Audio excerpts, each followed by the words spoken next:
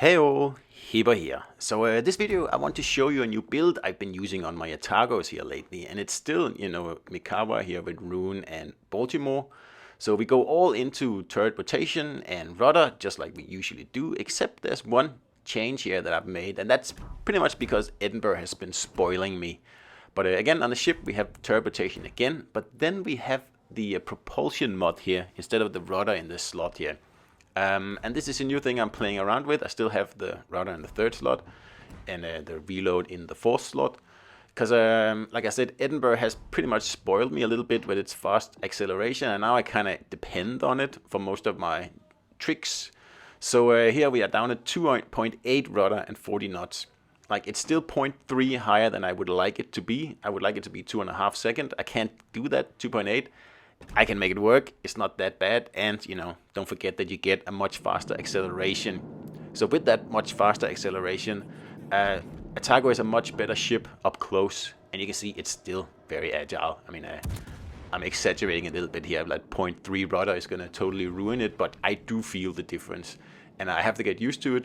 But on the other hand, that extra acceleration, this means that, especially with this cruiser here, I can push in a little bit better because I can, other than just using the rudder, I can also sit, bow on and just juke back and forth, which, is useful in some situations. But it does mean, in general, that it's easier to push in Atago here, because it is a little bit of a flanking ship, really, like a fire-setting flanking ship, and, heading into a cap is fairly fairly dangerous early on in a battle. But on this map here, you have to.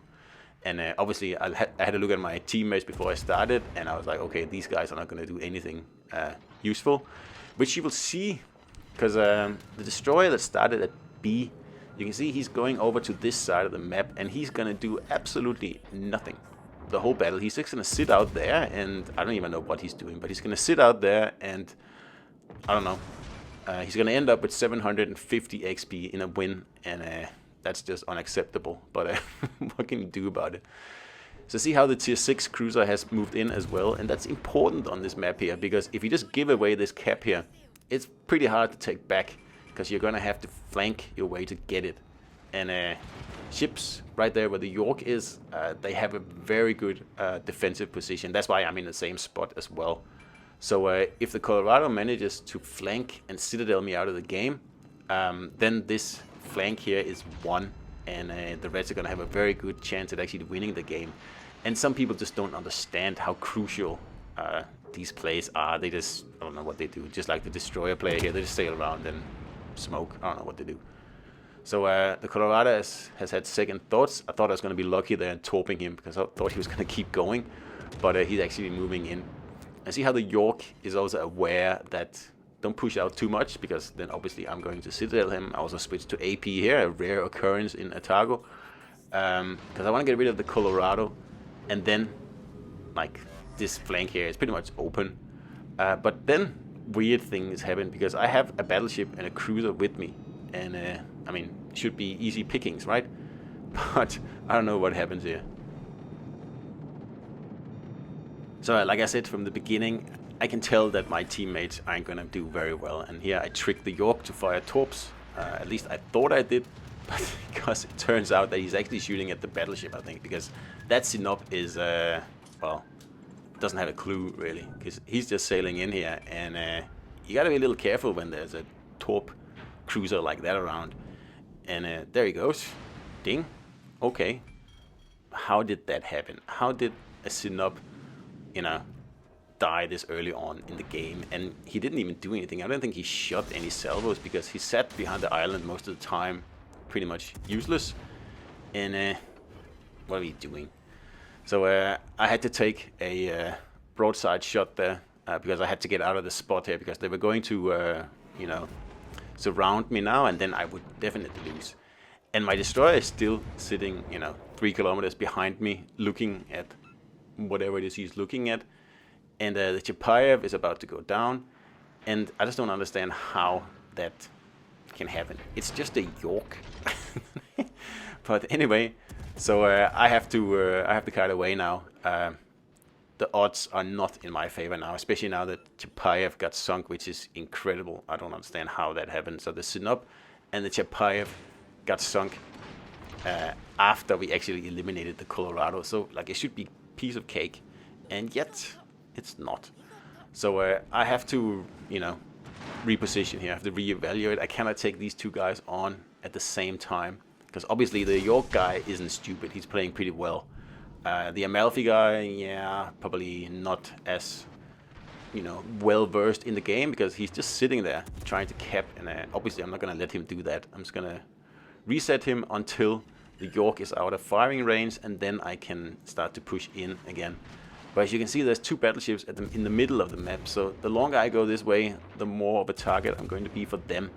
And obviously we can't have that either. So I'm going to have to turn around here. And this is where the genius of this build here really shows. Because as you know, I've invested everything into, well, not everything, but most into turret rotation. And that means that once my Atago has turned, the turrets, as you can see now, have turned as well. Now, Atago has some of the slowest turrets in the game, and this is unusual. A traditional Atago will never be able to turn like this, and then once the ship has turned, the turrets are already in place. That's just not going to happen. But with this build, it's possible. And that has been one of the things I've really been trying to make work in the last 4 years I've been playing this game here. But it hasn't really been possible until we got the Rune Commander. But with her as an inspiration, the turret rotation on Atago is now insanely fast. And it doesn't matter at all where the enemies go, and it doesn't matter if you have to, turn your ship and kite away, or you have to go somewhere else, so you have to fire from the other side of the ship. Because by the time you turn the ship, the turrets have already turned. So this is a massive, massive bonus. And there is a reason that Atago's turrets are slow, because, yeah, well, it's a powerful ship. And Wargaming doesn't want you to be able to do these things that I can now do in it. And that's awesome. I like breaking games like that. And it's the same thing in Yoshino. Although, obviously, that is a little bit slower. But that ship was never meant to be an Agile cruiser with blistering turret rotation, but with an Agile build, it is. And here I almost eat a torpedo here. I didn't realize that the York got off torps again, but again, the Agile build saves me. But I am broadside to the Amalfi, so I get punished there. But yeah, we all get to make a mistake each battle, right? And I did survive this one at least. And I do get a torp on the Amalfi. And I was going to kite away, but after that torp hit, I'm thinking, okay, I'm going to finish him off with an AP shell now and just hope he doesn't get off torps. And if he does, I have a pretty good chance of dodging anyway. So that's the end of him. And again here, I'm just taking a chance because I have sonar on, so I'm fairly confident there's no torpedoes here. So we got to cap this area now here because, oh my god, I don't know what happened over here. Look at the destroyer, he's still sitting out there. Completely out of everything, and he does nothing, and he's getting no XP, and he's not helping his team at all. And I'm a little bit greedy. I want to get that constellation down, but yeah. So anyway, I saw him earlier, and he was shooting HE, so that's why I'm thinking, okay, let's hope he's shooting HE again, because obviously that's what you want to do in a constellation when you're facing an Atago, right? Shoot some HE shells.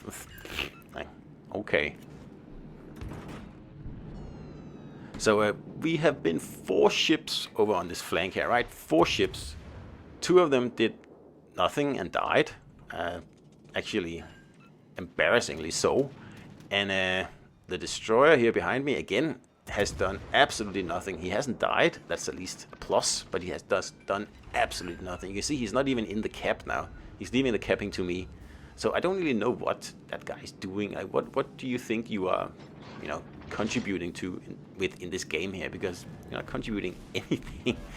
So anyway, there's only 2 battleships left, and we have 2 destroyers left, so we're gonna win this. Well, I don't have a lot of faith in my destroyer, but the other destroyer is a great destroyer player, and you can see he's leaving the B cap now, so it's all good. So instead of just sitting over here and letting the time run out, I'm going to see if I can't get myself a kill or 2 more before the end of the battle here. And that's my new Atago build, guys, and while you have to give up about a second of rudder, and that's quite a bit, it's not as bad as I make it sound, and the acceleration helps a lot. This map here, it's useful, but there are other maps where it's very, very useful, like Greece, for example. It's so much better to have acceleration there than that extra second of rudder. So here, let's take a shot at the Constellation, see if I can sink him, get some torps at the Duke of York, and then we just gotta hope that one of them, gives us an extra kill, because I think I deserve more than 2 kills in this battle here, but I do get a fire on the Constellation, so we're just gonna wait for him to burn out, give him a little bit of extra help there, and then that should be the end of the battle here. But acceleration is useful as well, and like I said, Edinburgh has spoiled me, so I have changed my usual Atago build to give me that extra acceleration, but I still go all in on rudder in everything else, rudder and turret rotation, right, as you saw, and it works out beautifully. So hope you enjoyed this video guide here, and I'll see you out there.